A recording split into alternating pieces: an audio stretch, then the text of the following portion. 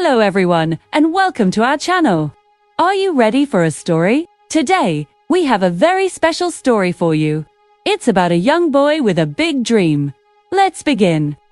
Once, in a small town, there lived a young boy named Leo. Leo was not like other boys his age. While his friends played football in the park or video games at home, Leo had a different passion. He loved to write. His room was filled with notebooks, pens, and many books. For Leo, a blank page was not empty. It was a door to a new world. Every day after school, Leo would run to his room. He would sit at his small wooden desk, open his favorite notebook, and start writing. He wrote stories about brave knights fighting dragons, clever detectives solving mysteries, and spaceships traveling to distant stars. His imagination was a universe full of amazing characters and exciting adventures. Leo's best friend was a little bird that came to his window every day. He named the bird Pip. Leo would read his stories aloud to Pip, and Pip would chirp happily, as if he understood every word. Leo's parents were very supportive. His father was a baker, and his mother was a teacher. They saw the light in their son's eyes when he talked about his stories. One day Leo told them, "I will be a famous writer.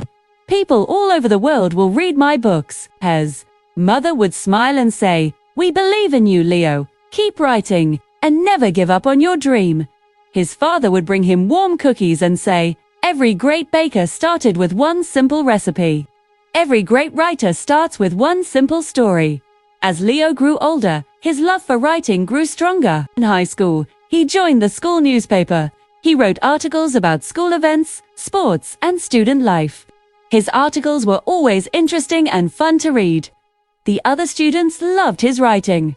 "Leo, you have a gift," his English teacher, Mrs. Davis, told him. "Your words can paint pictures in people's minds." Mrs. Davis encouraged him to enter a national writing competition for young writers. Leo was excited but also very nervous. The competition was a big deal. The winner would get their story published in a famous magazine. For weeks, Leo worked on his story. He wrote about a young musician who could play music that made flowers bloom in winter. He wrote and rewrote every sentence, making sure every word was perfect. He put all his heart and soul into the story. It was his best work yet. He sent his story to the competition and waited. The waiting was the hardest part. Days turned into weeks. Leo checked the mail every single day, his heart pounding with hope. One afternoon, a big official-looking envelope arrived. His hands were shaking as he opened it. He read the first line, "Dear Leo, congratulations." He jumped for joy. He had won. His story was going to be published. He ran to tell his parents, shouting with happiness. They were so proud of him.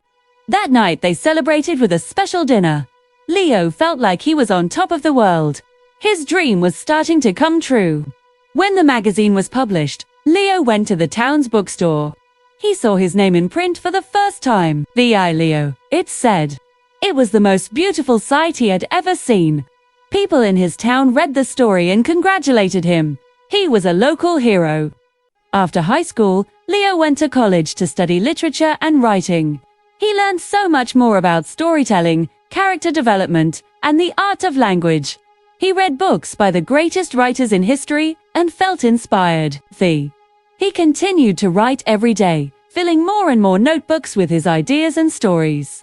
He wrote his first full-length novel in college. It was a fantasy adventure about a magical forest and a brave girl who saved it.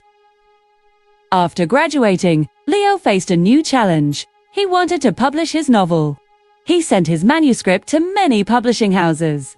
He received many rejection letters. Some said, "Thank you, but this is not for us." Others said, "Your story is good, but we are not looking for fantasy novels right now."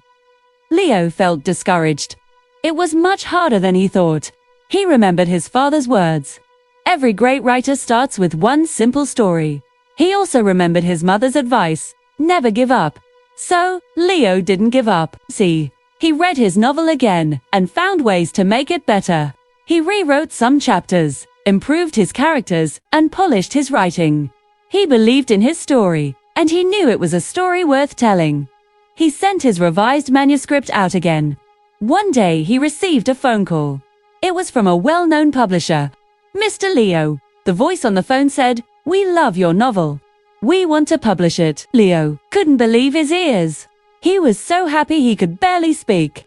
This was the moment he had dreamed of his entire life. His novel, The Whispering Forest, was published. It became a huge success.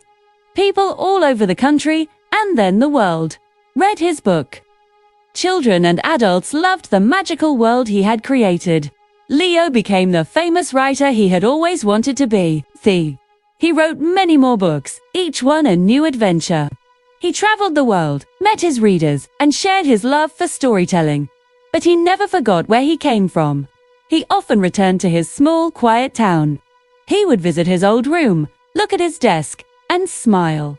He was still that same boy who loved to write, the boy who had a dream and worked hard to make it come true. And sometimes he would sit by his window and a little bird, maybe Pip's great-grandchild, would come and listen to his new stories. So, what can we learn from Leo's story? It shows us that if you have a passion, you should follow it. There will be challenges and difficult moments, but don't let them stop you. Believe in yourself, work hard, and never give up on your dreams. Just like Leo, you can turn your dreams into reality. Thank you so much for watching and listening to our story today. I hope you enjoyed it and feel inspired. What is your dream? Let us know in the comments below. We love reading your comments. If you liked this video, please give it a thumbs up and subscribe to our channel for more stories like this. See you next time. Goodbye.